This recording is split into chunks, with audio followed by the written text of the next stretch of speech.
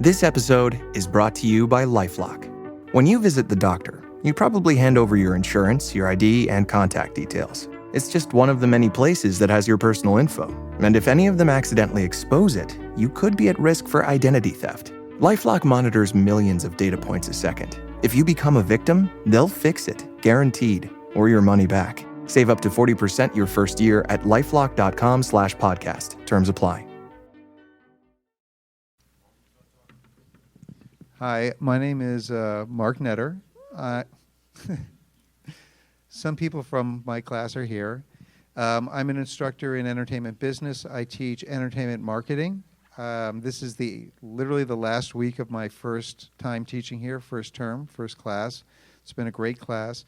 And one of the things I wanted to do, because I've worked in the entertainment business and in entertainment marketing, is to bring, if I can, to bring speakers here. And since so many of the students that were in my class were really interested in music, whether it's music marketing, marketing their own music, working for other people marketing music, I thought there was nobody better to bring than my friend Peter Rafelson.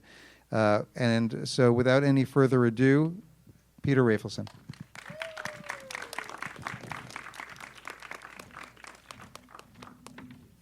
It's been so long.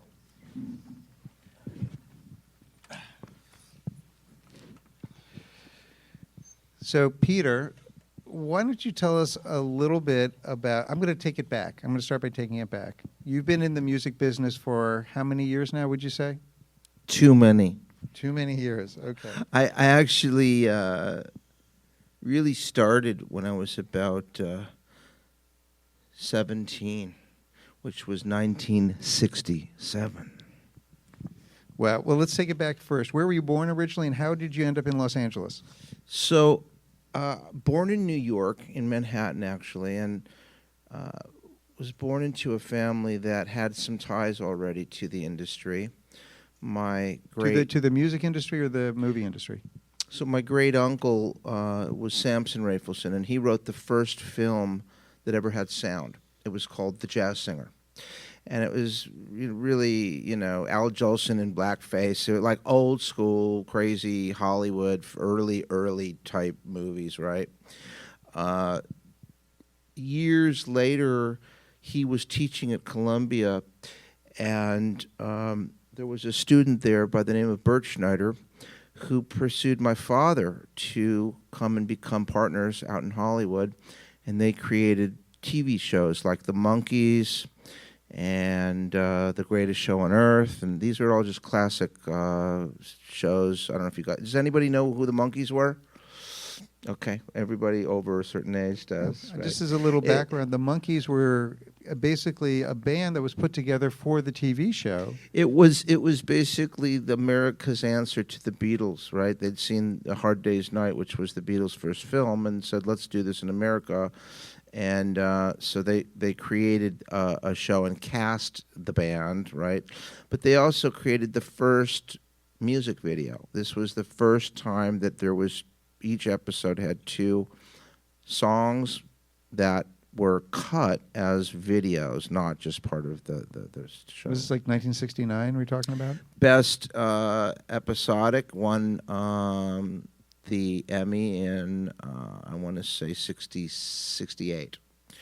And best comedy. Anyway, that was kind of the beginning of a whole new era. So my parents moved here when I was only 1 year old, and I kind of grew up in the center of Hollywood. And by the time movies like Easy Rider came out, my father was a producer of a bunch of these movies with Jack Nicholson, who's like a godfather to me. And they really were hailed as sort of like the early renegades of the independent film revolution. And that changed the course of every movie that we know. There'd never been weed smoked on a screen. There was always people like Pillow Talk and all these very, very conservative movies, studio films. Easy Rider was the first one. I was kind of born into an independent spirit. They call it renegade or maverick spirit of this industry. And that gave me a little bit of a head start because it gave me a chance to pursue something that most people might not have had even a chance to do, let alone any idea how to do it, and that was to pursue being, I wanted to be a rock star. I wanted to get laid in high school. I wanted to be like all that fun stuff that I saw on TV. But the difference was what I was seeing on TV was these monkeys in this band, and I was also seeing them in my living room. So I didn't really separate the two. I just saw that whatever that rock star life was, it was right in my home, and I could pursue it. So at a very, very early age, I knew what I wanted to do, and I was given an opportunity. Even in high school, I was already pursuing that. By the time I got out of high school, I had already started music school. I was dyslexic. I couldn't read shit. Honestly, I faked my way through it all, and I got really good at writing and producing tracks. And back in those days, remember, it wasn't like you had a computer. You had to get into a studio. You had to actually get access just to record. There was no phone, no computer, the cheapest studio around was a $6 million enterprise. Like literally, this was like Paramount, Warner Brothers, Universal. Those are the people that own the studios. So that's kind of how I first started. And what was your first instrument? So when the Monkees broke up in 1968, my father and mother were in Cannes Film Festival accepting an award for Best Golden Palm Award. And the big old van drives up to the house, and his work guy gets out in his suspenders. He's like, "Where should we put these Monkees instruments?" And I'm like, I'm 7, 8 years old. I'm like, let's put them in my basement, right? So I snuck all this shit into my basement and taught myself how to play drums first. I'd been taking piano, horrible at it, couldn't read a note, was not fun, lessons. Then I got drums, guitar, bass, keys, and just figured out how to do all this stuff on my own. And that really that was probably the best head start I had a chance to actually touch instruments at an early age and teach myself with nobody knowing. It was like a secret that I got this stuff into the basement, how to play. And then you did some music school? I did. I simultaneously was kind of, I had a decent grade average, but I didn't really want to pursue going to college. Yet I wanted to prove that it was a choice. So I applied to all the colleges, Oberlin, Berkeley, and all the great schools. And I got in, and then I decided I wasn't going to go, just to say, hey, it wasn't because I couldn't get in. It was a choice I was making. And that really gave me another head start, because by the time I was young for my school class grades.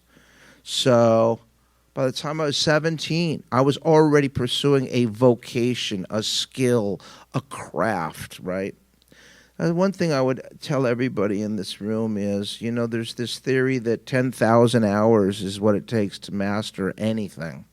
Man, I started my 10,000 early because I didn't want to be old and still trying to master something. I got my head start, and that is something I cannot tell you. While you all are still young, jump on that mastery, because it goes a long way once you get through those 10,000 hours. You a master. If you're a master by age 20, damn, that's a real head start. And so when did you actually start songwriting? It's interesting because I by the time I was out of high school, I'd already been playing in some bands. Funny stories.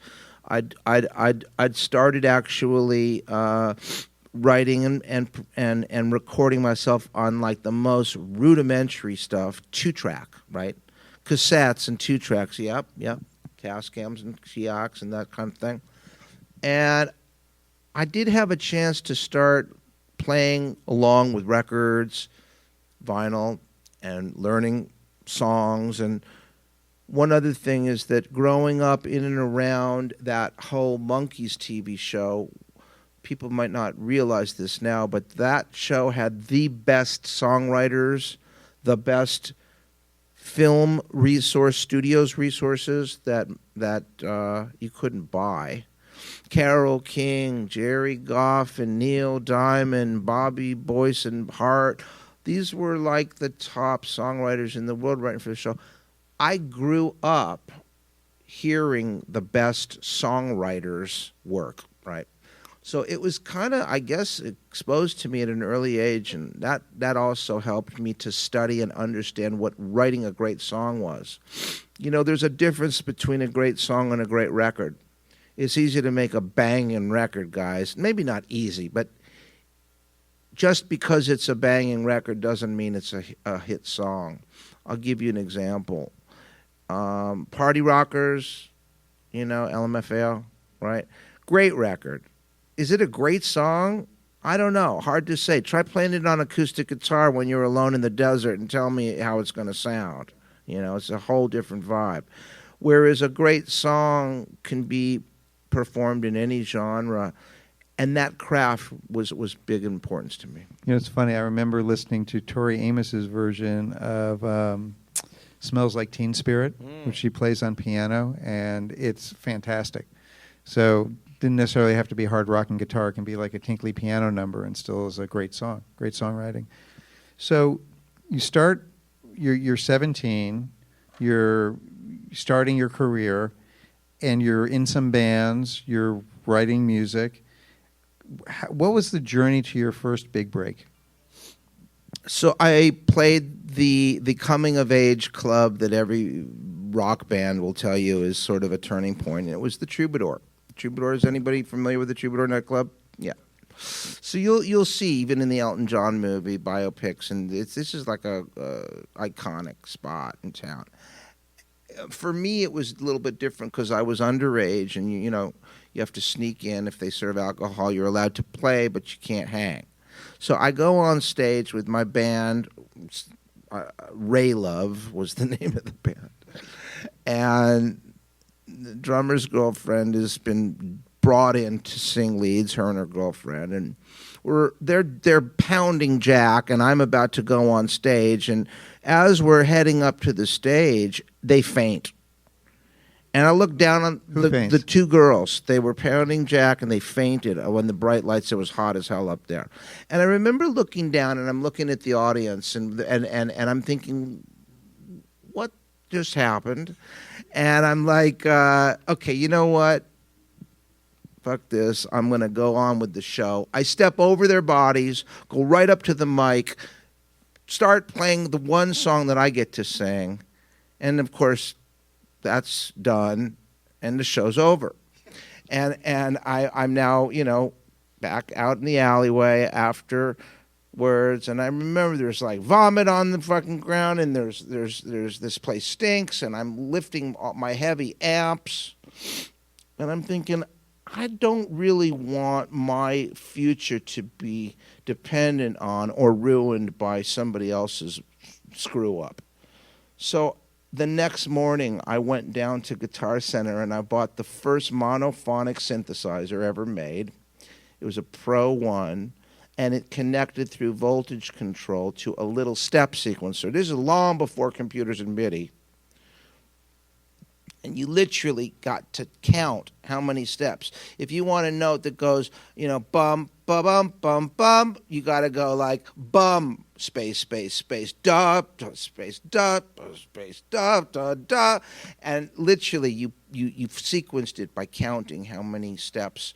It's called a step sequencer, right? Turns out I wrote the first song with that thing called Blinded by the Boogie, and Rufus winds up cutting the thing. And on my 21st birthday, it was my 18th birthday, I got a call saying that I got a cut. And instantly I was like off to the races. Now, it took a minute, but that was the first time I actually realized that I could create something that got to market. How did it get to Rufus, by the way? Okay, well, a girlfriend from high school who wound up dating my dad was best friends.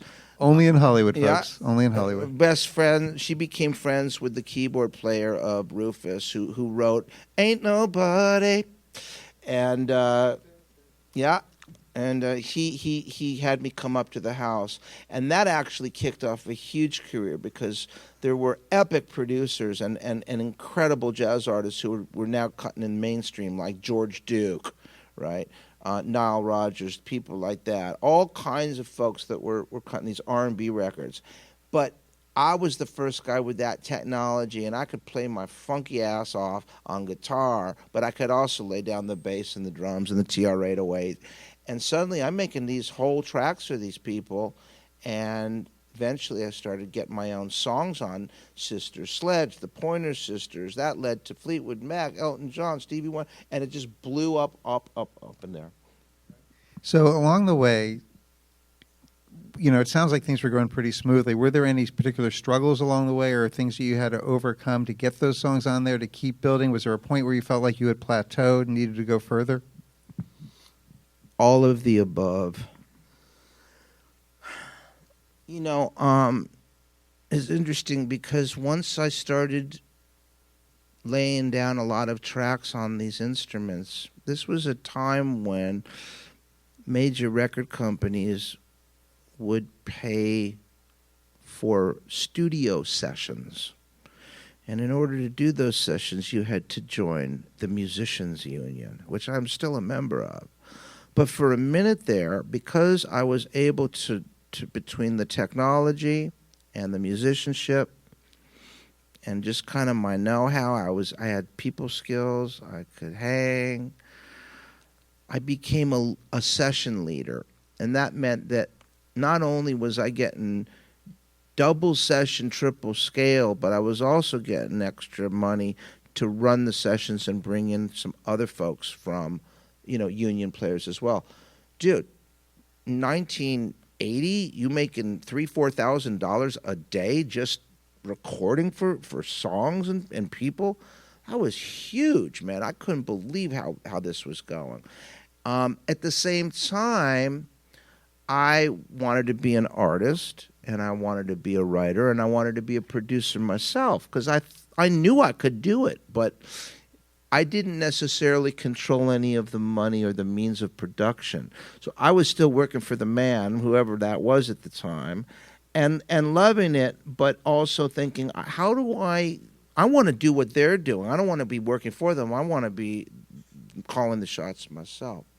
And this is something that we all deal with, and it's a really interesting problem to have, which is, do I do the practical thing that pays the bills and is hard to say no to money or a job or working for somebody, or do I sacrifice it and risk, being homeless and following my dreams of being, my own boss? And everybody who hasn't had to question that in this room, is there anyone who hasn't thought about which way to go on that?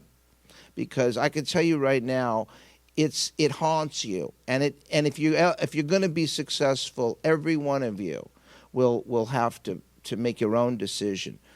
Do I do something that's safe, or do I take that risk and do something that matters, that has impact?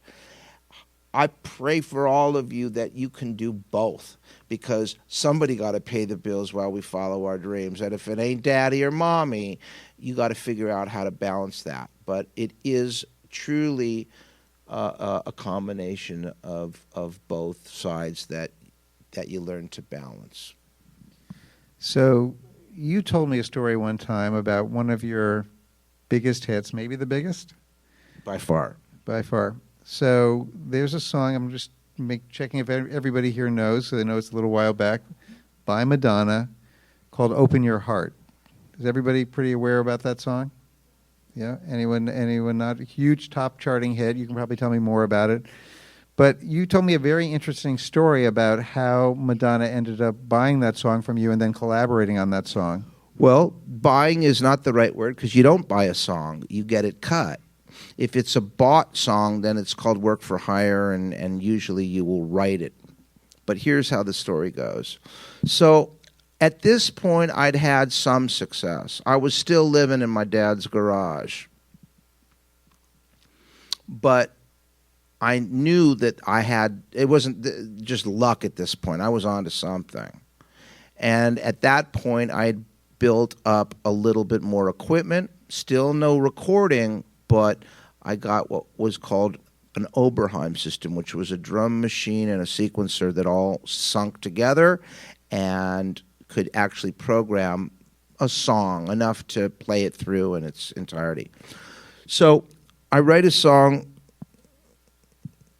called Open Your Heart, and I want Cyndi Lauper to record it. She's the artist I thought of. She had had Time After Time and Girls Just Want to Have Fun.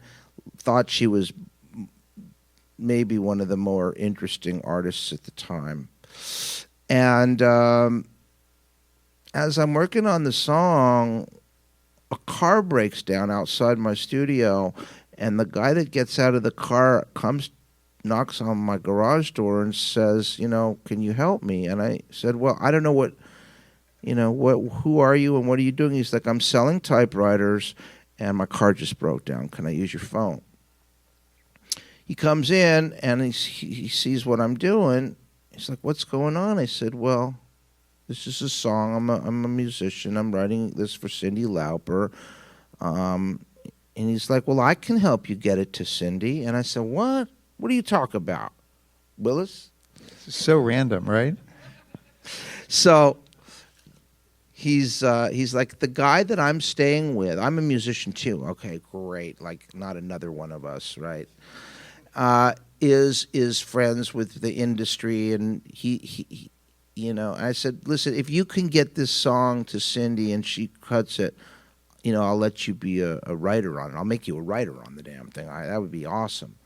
Well, he didn't. He couldn't. But what he could do was get me into one of the earliest home recording studios, where over the course of a year I was able to sneak in and one night at a time, every 4 weeks, cut the demo. And when I finished the demo, I was leaving the studio, and there was a reel-to-reel sitting in the lobby, and I had my little cassette of my song. And like, what's going on with the reel-to-reel? And the guys who worked at the studio said, oh, that's going off to a big label. There's a new artist that management is asked for songs, and we've put together our writers. And I'm like, dude, if you don't put my song on there, I will never speak to you again. And they didn't. And in fact, they were kind of shitty to me, and they're like, why would we, want to do that for you? Well, I knew that tape was going somewhere that I couldn't get to. Now, you got to remember, this is an era when the only way to be heard is when you physically get your music on some medium. There's no sending emails. No digital. Nothing. That night, I put on a ski mask. And I took my Walkman and I broke back into that studio and I recorded a copy of my song onto that reel-to-reel tape. And at the end of the tape, right? It's the last song on the tape, and I didn't write nothing on that box. So I leave, and man, a week later goes by, nobody knows, and I'm like, shoot. Those writers of the other 4 songs on the tape start bragging that they got a cut on a Madonna record. And I'm like, are you kidding me? I am bummed out. I'm back to zero. I risked it all. Nothing happened. Another month goes by, and another friend comes by, and he's got a cassette. He's like, this is a bootleg of the new Madonna record that I just was at a session and they were working on her new song. And before I could stop him, he plops in the tape and pushes play, and it's my frickin' song. And I'm like, oh my God, what just happened? They chose the last song on the tape and told the writers. The writers didn't know there was a secret 5th song on the tape. They're bragging that they got the cut, and nobody knows except me. And I kept my mouth shut. It was the hardest thing I ever did, not to tell a soul. I'm seeing Madonna, Sean Penn. I'm at the nightclub. I'm seeing all the Warner's people. I'm all over town thinking nobody knows. I'm a criminal, and I'm on one of the biggest records of all time. And I can't say a word. I wait until I hear that the vinyl has shipped 600,000 pieces. It is shipping gold. I'm on a gold record and nobody knows it. I call up the lawyer. I say, listen, this may come as a shock to you, but that song, Open Your Heart, is mine. I wrote that. And he's like, don't even try it. This is fraud. You'll be sued. We're not hearing anybody's claims about what they didn't write. And I said, okay, well, then just tell me this. Why is this me singing the original demo? And I held up the cassette that I'd recorded to the phone, and I played it for him, and I let it get to the chorus, open your heart to me, baby, stop. And I said, yeah? And he's like, I'll call you right back. The phone rings, and he says, say this is your song. If you don't give up all your rights, it's never going to see the light of day. It won't go on any album. I'm thinking, it's on 600 motherfucking records already, so don't say that. He doesn't know what's up. I knew. So I called his bluff, and I said, no problem, take it off. And he's like, huh? I said, no, that's cool. I'm fine with that. It doesn't. I'm not giving up the rights to my song. Take it off the album. Well, they couldn't take it off. It was too late. And the song shipped on that first 600,000 units. It got to the labels where they add the label to the vinyl, right? It's two separate processes back then. And the first 600,000 albums didn't know how to spell my name right, didn't have any information right. So it said P. Rafelson. And I love that. That's the gold album that I hang on my wall, because it was, even though it went on to sell 9 million, 10 million, 20 million, 30 million records, those first ones where they misspelled my name proves my story. And that to me was the best story. So the lesson for everybody here is don't do anything illegal. But it sure worked for me. Yeah, don't do as I do. Hunter Thompson once said, drugs, violence, and guns, I don't condone them, but they sure worked for me. All right, so you've got this song now that's a hit single. Massive hit. I'm on top of the world, and I'm sleeping on it. Stupid. I'm not. I could have went. Everybody wanted a piece of me, and I'm like living high on the hog. I'm getting mailbox money. I bought a home for cash. I'm loving life. I'm doing shit that nobody should be doing, and granted, I'm still working. I'm still getting songs, but it's coming to me. I'm not out there pursuing it. You're like 24 years old, probably? 26 at this point, yeah.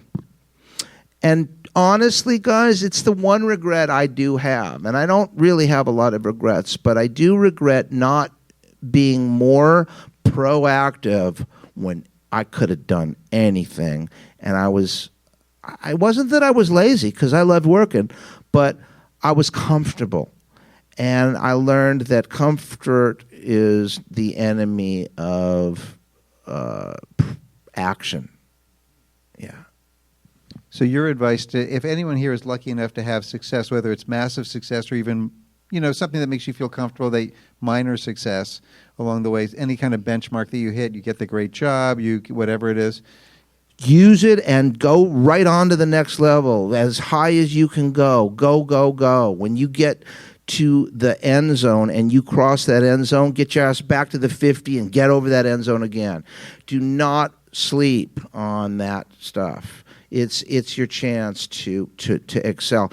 And I got back up there a number of times. I've had 30 number one records in one way or another, but it took me a long time. That first moment where I had written 100 songs that year, and 3 of them made it to the top 10. There was a Stevie Nicks song. There was a Journey song. There was a Madonna song. And, that was a lot of writing to do. Every day I was with a different writer in a new situation, hustling. And it paid off. But the next year I probably wrote 50, or the next year I wrote 10 or 15 or 20. And just by sheer numbers and statistically, it was not going to continue at that rate. Now, at one point, as I recall, you did do work in-house at Warner Brothers Records and EMI. Is that correct?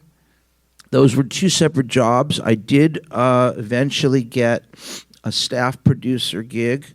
Warner Brothers Records was in the late 80s.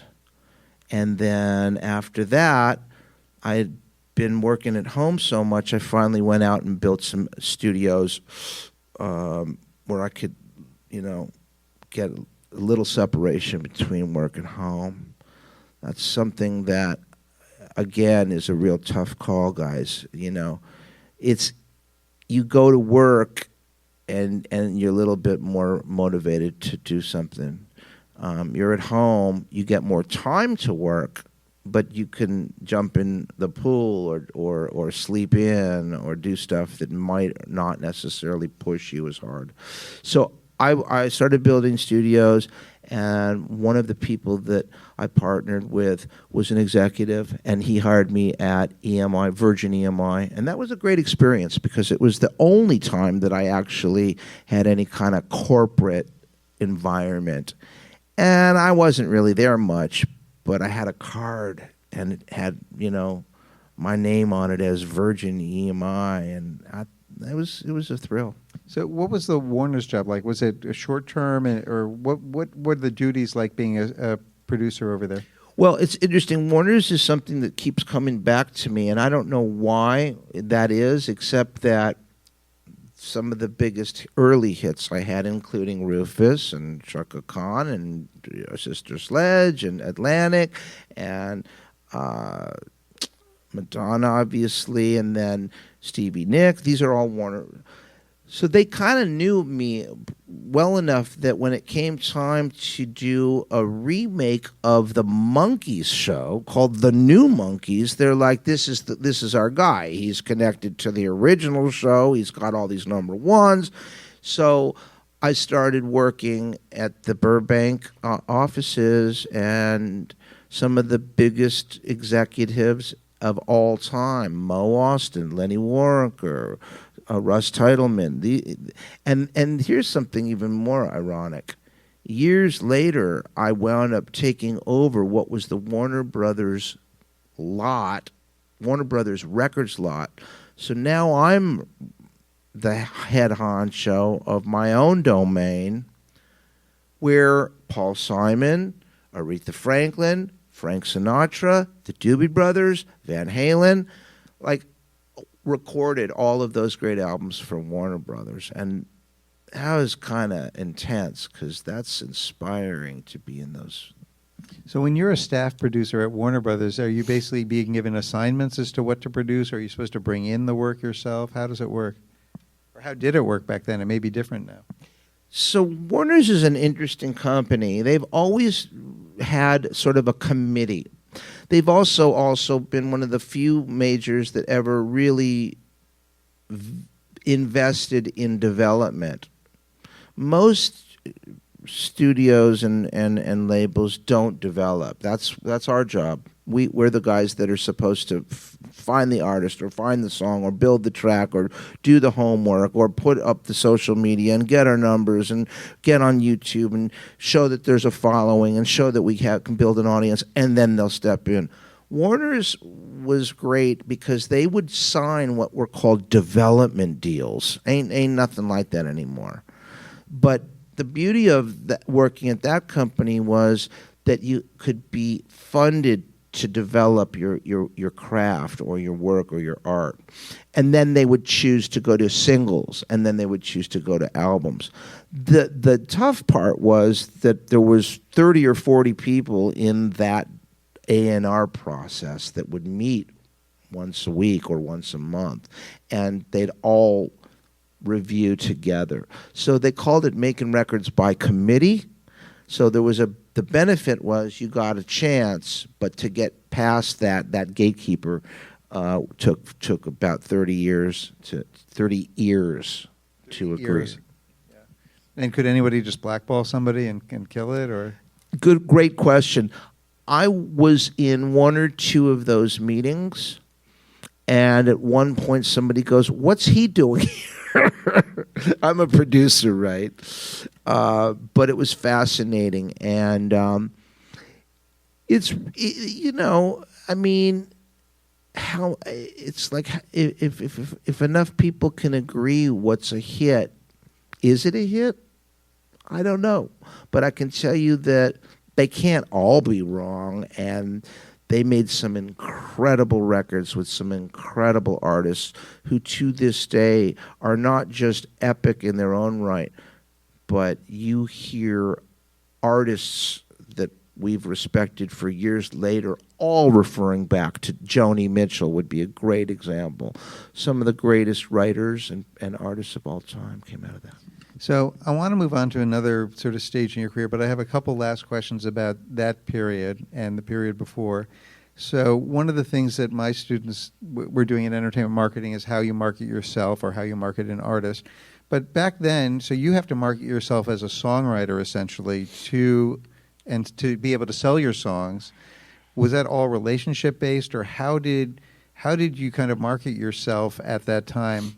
You really didn't. And that whole term of being able to market yourself, or you're a brand, everybody's talking, hey man, think of yourself as a brand now, and you got to build your name. That didn't happen.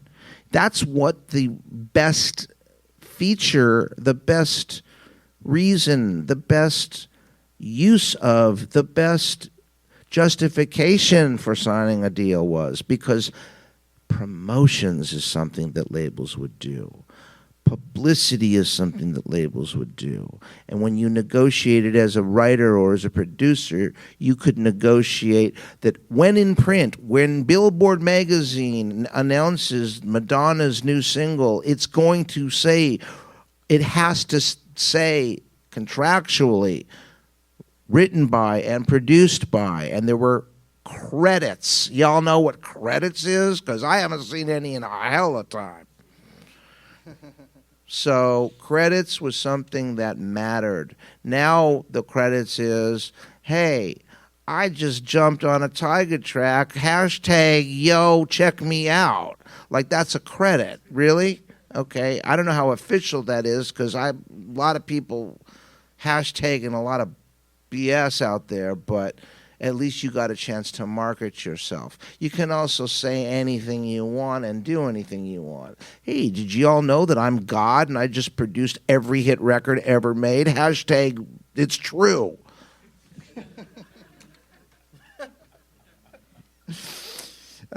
Okay, now, so at that point, you're in the stream of the music business. You're writing songs, you're producing, you're working with. The list of the people, kind of crazy list over here, of some of the artists you've worked with, and getting credits, and those credits are listed. Remember, internet wasn't around yet, but the cool thing was, every single person I ever met had at least one album with my name. And I could literally go and say, oh, hi, my name is. And I could say, hey, are you a fan of? Oh, hell yeah. I said, well, go check it out. And they could literally pick up something that they owned, and my name was on it. That was cool. Now, as things went on, you became more and more interested in music rights and in management. Is that correct? Okay, so I got a #1 song. I got no publisher. I got no deal. That song exploded, and I was the first writer to have no publishing deal and to have a #1 song in Billboard, and ain't no company involved except for me. Careful what y'all wish for, because here's what happens. Damn, this is so good. Peter, why don't you go and sign a publishing deal? Now that you're a big record, writer, and you're a hit writer, somebody's got to look after your business. And I was like, hold up. Ain't nobody was looking after it when I got my #1, so why do I need to do that? And every time I was told what the norm was, it wasn't that I was against the man and I was going to try to do. No, all I was doing was questioning, why can't I do that myself? Is it that I'm not able to, or that I don't want to? Which is it? Why am I doing this? Is it because I'm not capable of handling my own? So I started building and just literally going up every obstacle. No one had done this. Certainly, in 1986, there were 2 awards given by ASCAP, the Writer of the Year and the Publisher of the Year, and I won both of those awards. It was myself as Rafelson on the writer, and publishing award goes to Peter Rafelson on behalf of Rafelson Music and Madonna on behalf of Warner Brothers, Warner Chappell Music. So now I'm thinking, oh my God, this is a real thrill. This is like something that hadn't happened before. A kid can make a record and own his own publishing, and now I got to mind the shop. Now I got to figure out how the hell do I collect? Like, this is a big world, and you can't just, hi, can you please send me my checks? It doesn't work that way. So I was literally creating the structures and the business that all the majors were using, but I had to do it myself. Now, I did have one advantage. Maybe I was smart. Maybe I didn't like no for an answer, but I also was always on the cutting edge of technology, and I learned how to use the internet before it was called the internet. DARPA was the defense systems for nuclear freaking holocaust. I was on it. CompuServe was the first time there was a network. I was on it. AOL was the first time. The Macintosh comes out. I got the 6th one ever made. Every step of the way, I was like looking to see what tools can I use to give me an advantage over Warner Brothers. Like, I'm competing with Warner's, really? It's really important, guys. Don't sleep. Don't sleep. Period. On anything. Unless you just want to let the other guy go right ahead. It's like the hair in the tortoise in the hair. So would you say that even today, that whole being able to get ahead on technology is a way to get an edge if you're an artist out there? It's a great question, Mark, because the truth is, there was a saying that Smith and Wesson leveled the playing field, right? God made man, but the 45 made man equal. Okay. Technology today is an equalizer in the sense that, is there anybody in this room that doesn't own a smartphone? No. That smartphone that you're holding is 1,000 times more powerful than the computers that I was using to give me the edge. So we are now all faced with, what is it that we can use for an advantage? And it's not necessarily technology, but the beauty of it is how to use that technology. Now you can come up with an idea for an app, or an idea of how to organize your own life, or an idea of how to manage your own time. And literally, y'all have those tools.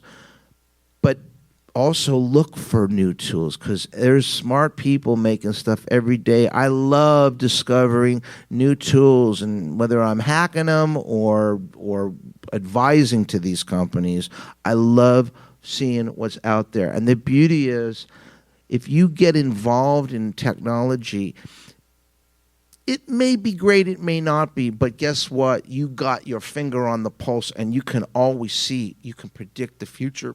You can see where things are going. Luckily for me, I had all these rights and this management and this need for distribution and collections and how to manage your own rights. Now everybody got their own rights.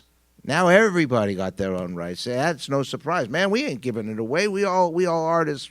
Why would we sign that away when we can do it ourselves? And, CD Baby or whatever the hell else is out there for distribution, it's all doable from your phone. You can damn near make a record on your phone and have it in 1 million countries without ever leaving your seat.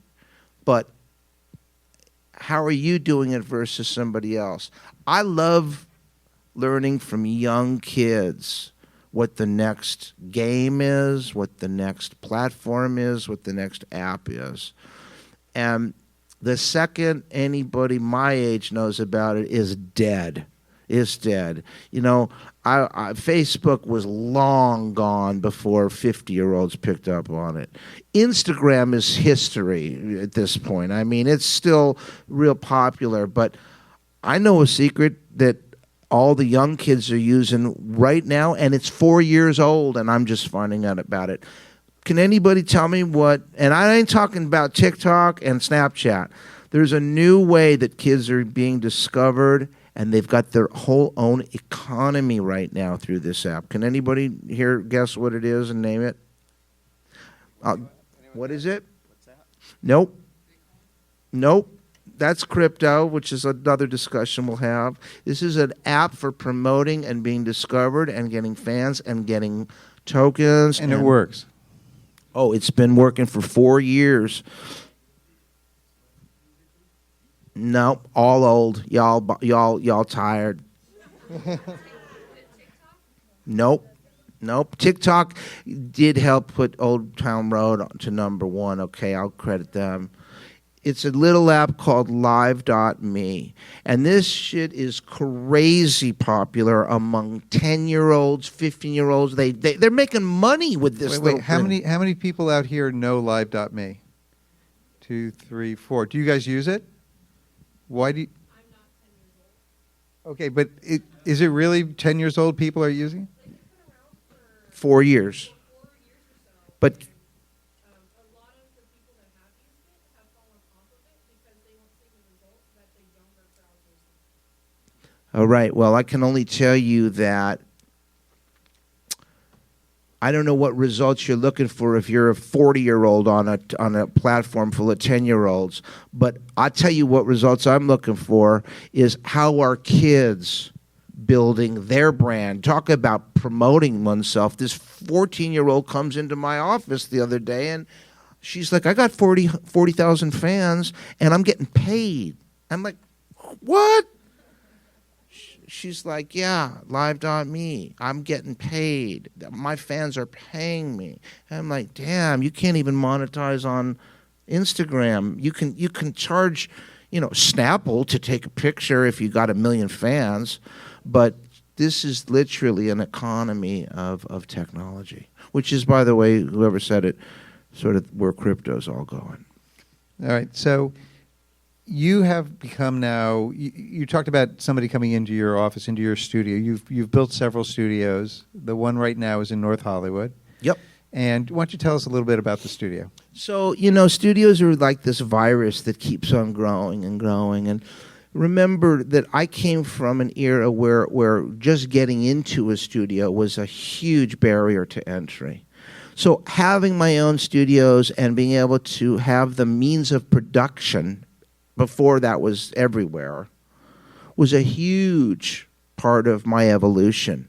And eventually I couldn't help myself, and I kept building and building, and finally I took over that studio that Warner's used to record at, and after 2003, I came home from lunch one day, and the building was entirely chained closed, and I couldn't even get in my own building.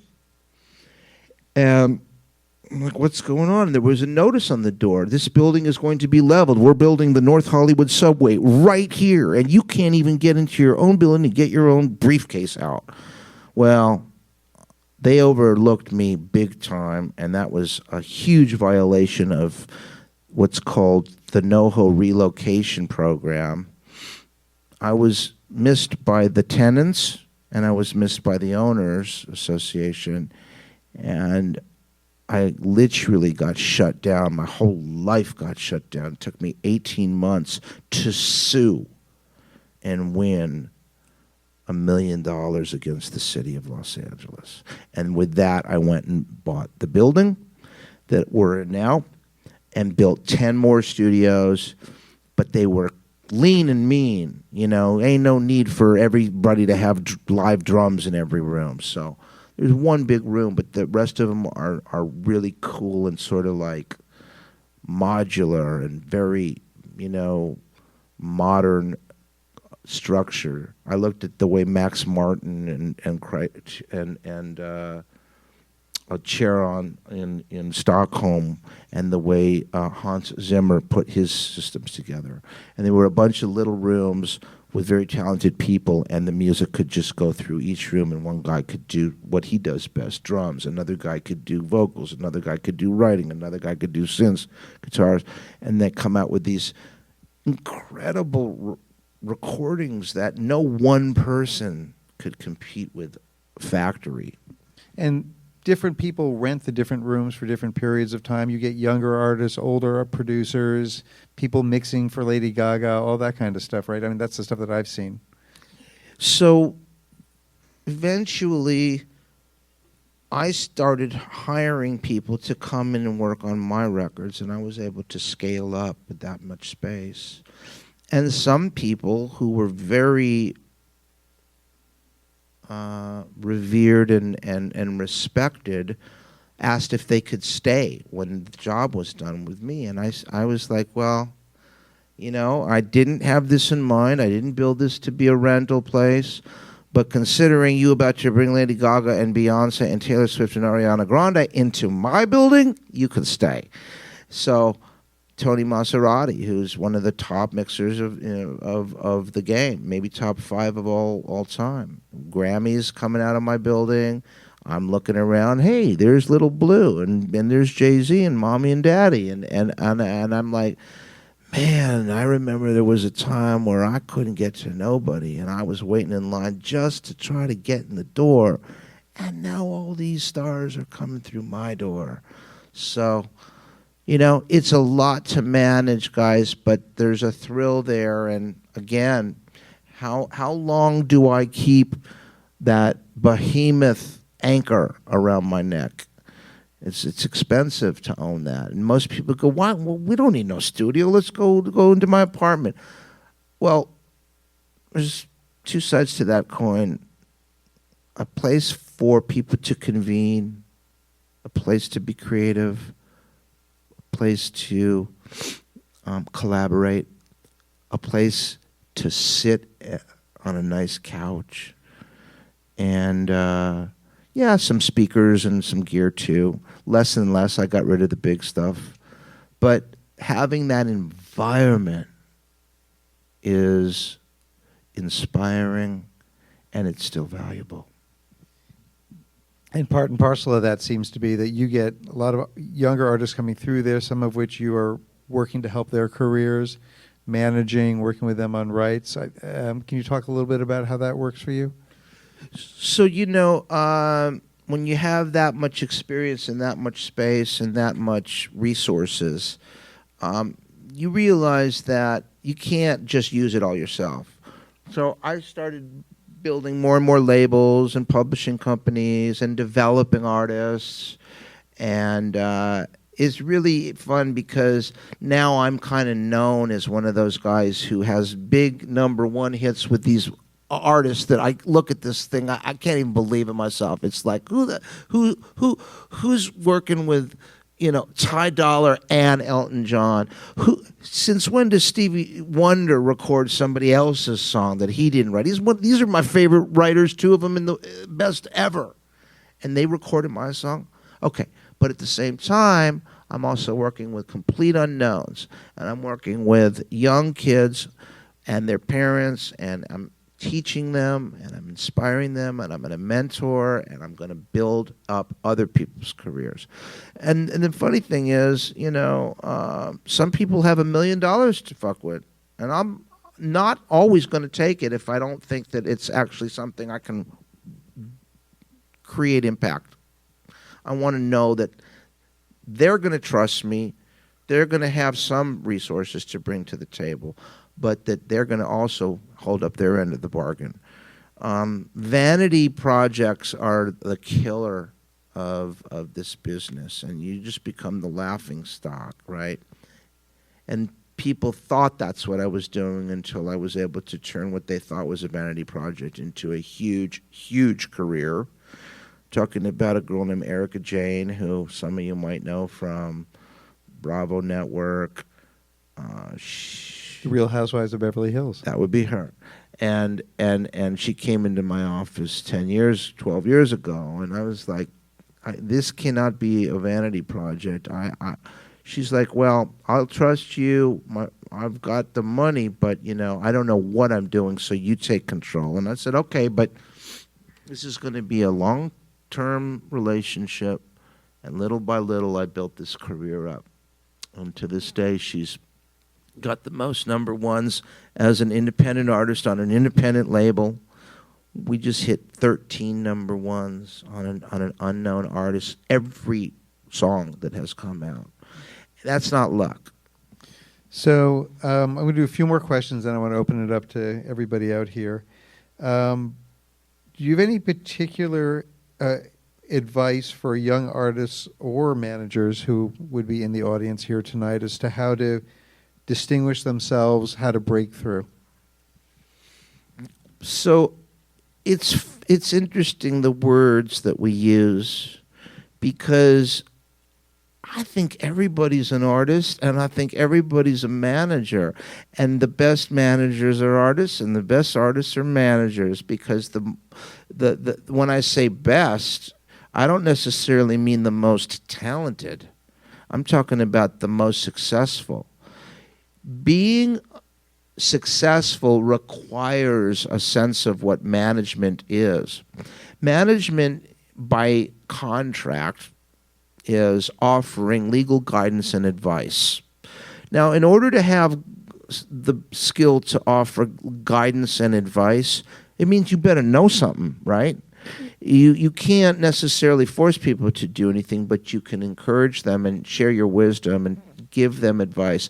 Listen, if I were you, I wouldn't take this job. It's going to lower your brand value. If I were you, I'd wear nothing fancy and keep it real. Keep it down to earth. That's what people love about you. Like, understand all those aspects of imaging, positioning, marketing, distribution, development, production, writing, publishing, royalties, accounting. There's so many things that are part of how you measure success. Hopefully, you'll, as an artist, know enough about it to be your best manager.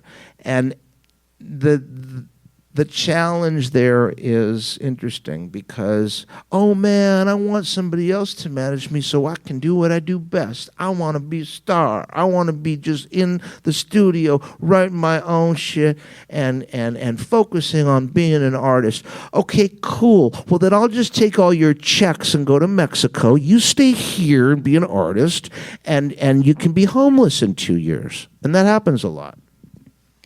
I have a couple questions from someone who couldn't make it here, who's also a musician who's trying to make it out there. And I'm going to ask a couple of these. If you could go back in time, what would you tell your younger self? I love this question. I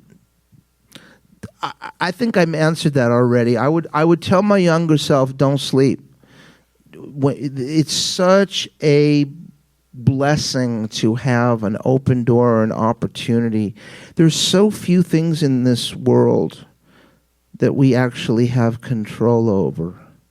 And every decision that you are actually given, and it's a gift, is a chance to be a hero. So take that chance and be a hero. I'm inspired. One of the other ones was, what's the biggest nuance that you think is being overlooked in marketing music? Does that make sense to you, that question? The relationship with the fan. Because that is something that really is the answer to a question that nobody bothers asking. And this is important. I'm glad you asked this. I'll tell people, after impressing the hell out of them, I'll say, listen, you don't have to choose me. There's a hell of a lot of other people out there. But most producers, are going to basically cut a record and hand you a CD or a piece of plastic or an MP3 and say good luck. what happens next. So I always say, okay, that's great because I can tell you what happens next. But there's a much more important question to ask. It's so easy to say, what? Music. Where? Studio. When? Tomorrow night. Who? The artist. But there's 5 W's. What's the 5th W? Yes. Yes. And it's the one question nobody asks. Why? Why am I doing any of this? Why am I spending money? Why am I actually making music? Why am I trying to get a hit? Why am I trying to get on the charts? Why am I trying to get on the radio? What's the actual end result? And it's really about creating a relationship with a fan. And the ultimate why is your purpose. You know, there's a great saying, the 2 days of your life that matter the most are the day you were born and the day you find your purpose. And that's the why. I'm loving that. And the last question that I had, that was the last one I'll ask before opening it up. What major changes do you see the music industry making in the next decade, the next 10 years? Is there anything you can look ahead and see changes that we're not seeing yet? Well, you know, artificial intelligence is something that is certainly on the rise, and I'm fascinated with and terrified by the fact that very few jobs will exist in advanced societies. When I say jobs, I mean like manual, anything that requires, you know, either intelligence and or some sort of service, right? People don't realize that truck driving is actually the most common business in America. It's the most common job. And it's actually the best job, supposedly the best paying job you can get on average without a college education. And within 5 years, there'll be none left. Literally. There's already, you know, everything is moving towards automated cars. But the thing that how this applies to the music industry is, man, there are actually apps now that will write a song for you, and they're all touting this as something that, you know, can be your friend. And meanwhile, I've tried them and they're just horrible. I know that it will get better and it'll be interesting. But one thing that is coming is going to be the advancement of, again, rights and of collection and of business and of transacting. And between crypto and technology and blockchain and the ability to actually control your own rights, well, people say that's great, but then they still say, but I'm still not making any money. So one thing I think is on the horizon is if you create intellectual property, you do, because if it's AI, there's a lot of questions as to who owns it and who makes money. Is it the guy that pressed go? Is it a computer's rights? Is it robots ever? Programmer. Everybody here who has a brain and some sense of intellect can create intellectual property. Soon there will be an opportunity for anybody who can create intellectual property to monetize it in ways never seen before. That's something super exciting. I'm pushing for that every day. The less other people get their fingers in my shit, the more I can keep and the more I can choose to share. I want to be able to say, I want to work with you because I want your mind. I want to collaborate, not because you're the guy that's going to register my Google ad account and collect for me on YouTube. Like, that's no reason to share, dude. That's like a press of a button. It's sad that tech has created a new class of control, gatekeepers, and those are the nerds and the programmers who know how to do stuff. I don't know how to do it all myself, but I know enough about it to know why I'm choosing somebody to do it with me. And I think that that's something we all don't. I don't want to be a programmer. I want to play guitar. Okay, well, then you're either going to let somebody else handle it and you don't know what they're doing, or you're going to learn enough about it to either do it yourself or to make the right decisions. All right, questions. Anybody out there have any questions for Peter here of stuff that we haven't covered or anything they want more to know more about? Yes, sir.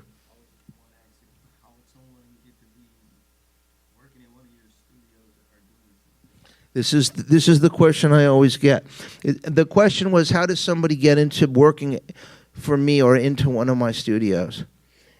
And it's funny because there was another amphitheater, I don't know if it was in one of these buildings, where I gave a big lecture, and at the end, all the kids asked this question. I said, everybody stand up. And everybody stood up. And everybody who knows how to use Pro Tools or graduated with the music and is an engineer or a producer or writer, take a step forward. Great. Everybody said, okay. And everybody who thinks that they're qualified to work at a studio, take a step back. And everybody takes a step back. I said, and now everybody that wants to work for me and can bring a paying client into my building and get me paid, take a step forward. And nobody took a step forward. So here is the lesson I'm going to give you. I don't care about Pro Tools. Y'all know how to do an edit. Y'all know how to take an iPhone thing and send it up to Vimeo and get your reel on and get your acting. And everybody's a freaking artist and a genius, okay? But what does any one of you bring to the table that's over and above what you're learning to do that makes you all the same? What do you do that wasn't taught here, that maybe you're the only person that knows how to do this? And the way I measure that is make yourself indispensable. I can't get rid of your ass. I need you. You're doing something for me that nobody else can do. Thank you, dude. Come work for me. Keep whatever it is working. I'm getting something from you, and it ain't just because you know how to press Pro Tools better than he do. Like, that's basics. Those are basic requirements. When you read a job description and you say, "Hell yes, I can do that," man, there's 1,000 other people that can also do that. So when you write that intro letter or that cover letter, not only can I do everything in this job description, but I want you to know that the first week I work at your company, I'm going to increase your income because I figured out how to bring business to your table, and I want to take that business, but you're going to get paid too. I want the same thing you do. I want to get up. I want to move up. I want to get paid. Help me get paid. You got yourself a lifelong job. Not sure how encouraging that is, but other questions? Yes, sir. What is your creative process like when you're writing your songs? Like, Great question. So this is something I want to try to instill into everybody. Before there was talent and before there was a process, for millenniums, there were masters, mentors, students. What was Percival? He was the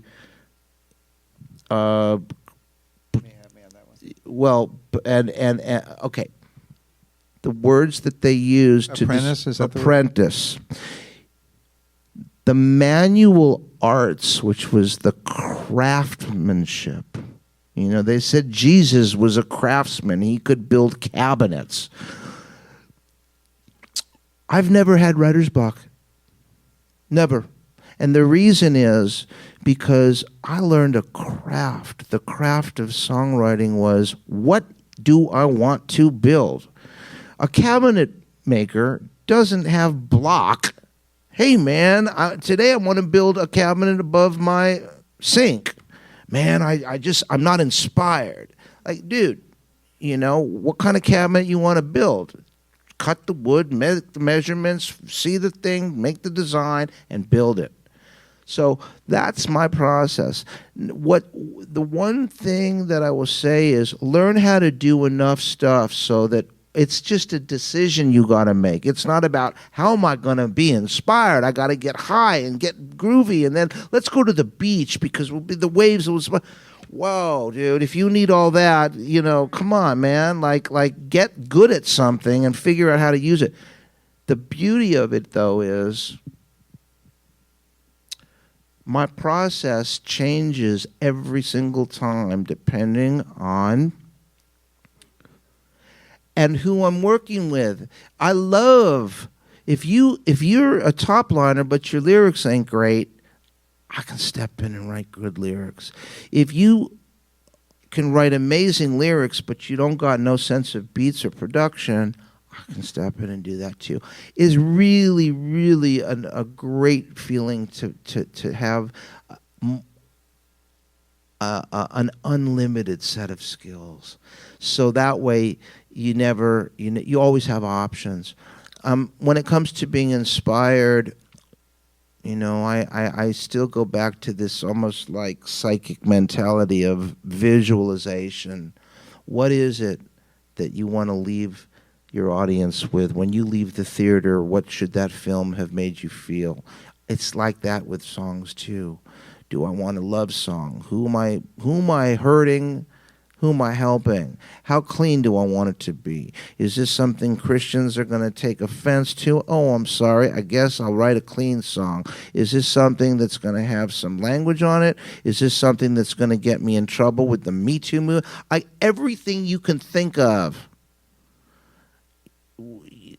It's a choice. It's not because you're stupid. It's because you intend to do something. And that intention is the intellectual property. So figure it out, and what you decide to do, see it, hear it, and then just executing it's easy. Okay. I know we're running a little bit late. One down here and then there and there. So, Chantel. So I do know, I'm doing great. Thank you. I do know that you've done songwriting, song production, as well as sound scoring as well for films. I also want to talk about the whole your film career, because I did read that you ventured into acting as well. So how did you transition from music to acting? Or how did It's that come never a about? transition, and thank you for asking that, because I don't like being known just as a songwriter or as a musician. I like being known as you can see, as an entrepreneur, I've directed and I've produced, and I don't mean music. I've acted in a number of films. That all helped me understand and develop those additional skills. You know, I was in one of the earliest movies called Fame. Fame, I want to live forever. That song, that movie. Yeah, I was in that movie. I played guitar on stage in New York in the band that was cast in that. So all of that experience, every one of those things, I wanted to make sure that it would be of some use or value to me. I'm super ambitious. If I just wanted to be a songwriter, I probably wouldn't have done all those different things. But I can't help myself. I think I'm a better songwriter because I learned how to be an actor. I think I'm a better leader and a better CEO because I've learned how to communicate and how to look somebody in the eye and answer their questions after listening to them. Every skill set has some value, and it doesn't limit to the one skill, right? The better listener you are, the better speaker you are, the better singer you are, the better producer you are.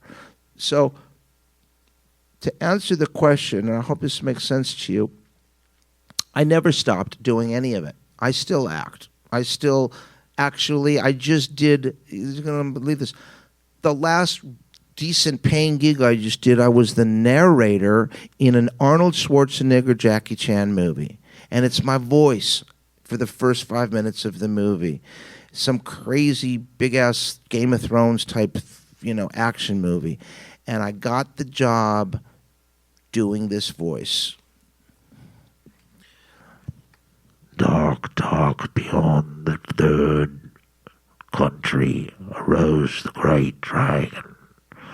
He came down to the people, and his claws dug deep into the ground, and he helped heal the people who suffered. And they couldn't believe it. Now, it's not my goal was not to be a voiceover actor, but my goal was to have command over different skills in my life. So transitioning, no, including and building into my portfolio of experiences and skills. All right, way in back.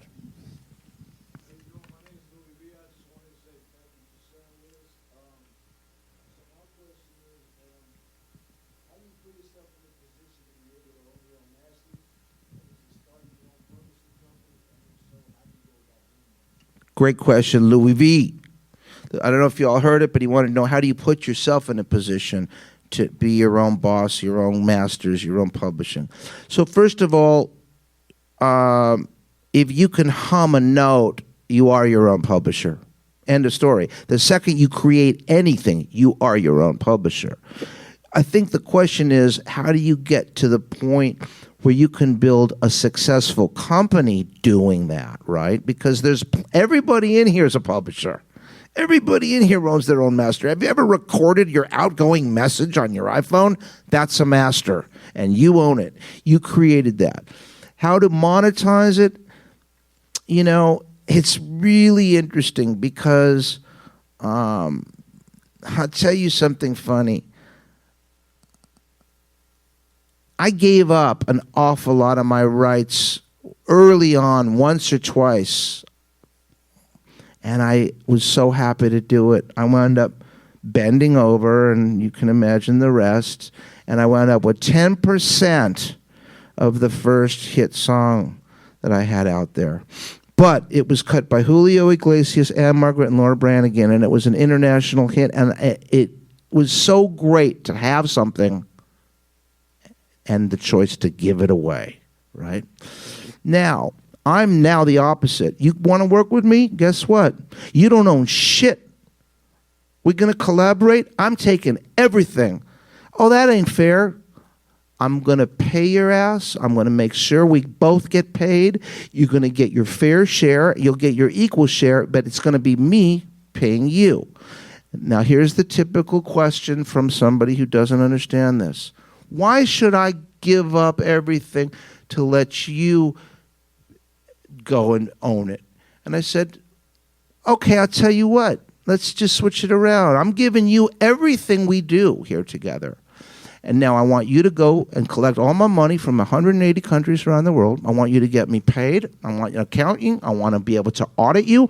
I want you to be responsible and accountable for the distribution, the publishing, and the collections. I want you to do all of my licensing, and I want you to go and get us all the cuts, and I want you to get us in every major television show and movie. And they look at me and they go, well, I don't do that. I don't do any of that. And I said, oh, well, then maybe you understand why I'm going to do it for us. Because if you could do that, I'd be more than happy to give you all those rights. Make yourself indispensable. If you can do that for me, Mr. V, what was your name? Louis V. V, you got my publishing if you want to do all what I just said for me. Go figure that out and come talk to me, man. I'll give you everything I got if you can, because guess what? I can go and continue doing what I'm doing, and if you can do it too, I'll make twice the money. That's how you do it. You figure out how to get other people paid. Yes, sir.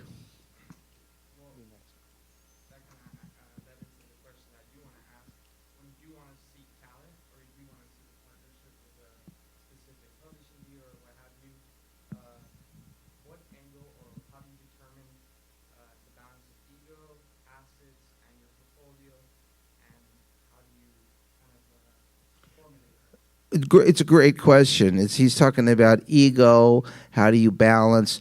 Ego is something that has very, very little value except to the person who has that ego. It's me believing in myself. But I'm so happy for you. You're confident. I'm so happy for you. You think you're the shit. What else? I'll give you that. You are the shit. Okay, let's just say you're the fucking the best there is. Now what are we going to do with it? You want me to call you the best? Will that help you? It's babysitting, bro. This is a profession of babysitters. That's what I do most of the time. I make people feel real good, and I don't do it sarcastic like I'm talking right now. I'm like this. What's your name?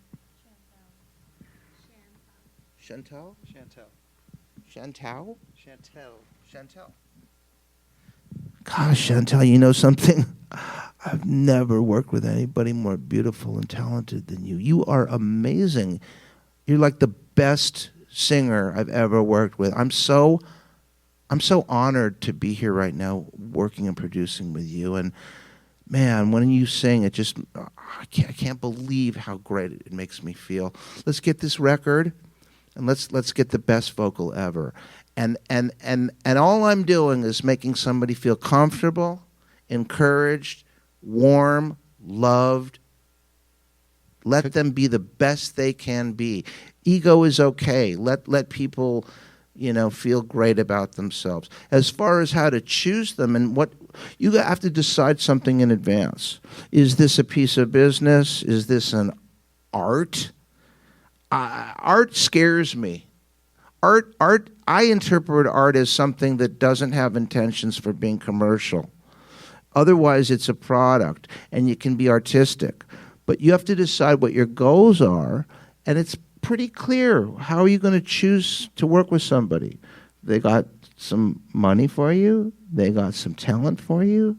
Do they see you? Do they acknowledge you? Do they care about you? Are they selfish? It's about people. Who are you choosing to work with? A lot of times, people really determine their own fate. I think we only have time for one or two more questions, and I know you had one over here.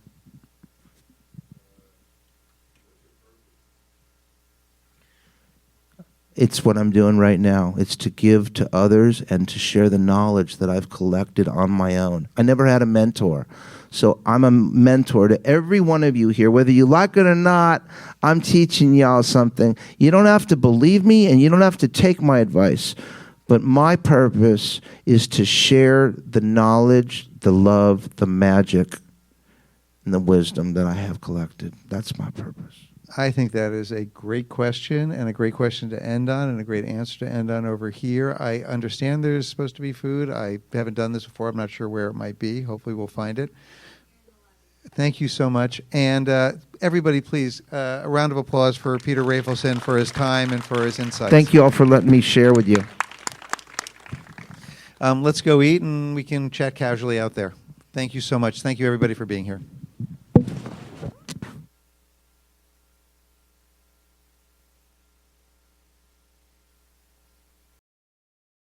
You deserve better health care, and so do we all. Medicine in America is a podcast that shares real stories of patients and doctors reshaping the future, because the revolution in care isn't coming, it's already here. Real stories, real change, a better future for healthcare. ElectraCast. Hi, I'm Mark. And I'm Peter. We're the founders of ElectraCast Media, bringing you great podcasts like Nightmare Road Stories, Tech Talk Revolution, and Bodacious Minds. ElectraCast networks include Ruby for female empowerment, the Best Business Network, and GPN for geopolitics. We built this company to create community and amplify diverse voices, and we really appreciate your support. So, keep listening to ElectraCast podcasts and hear the culture. ElectraCast.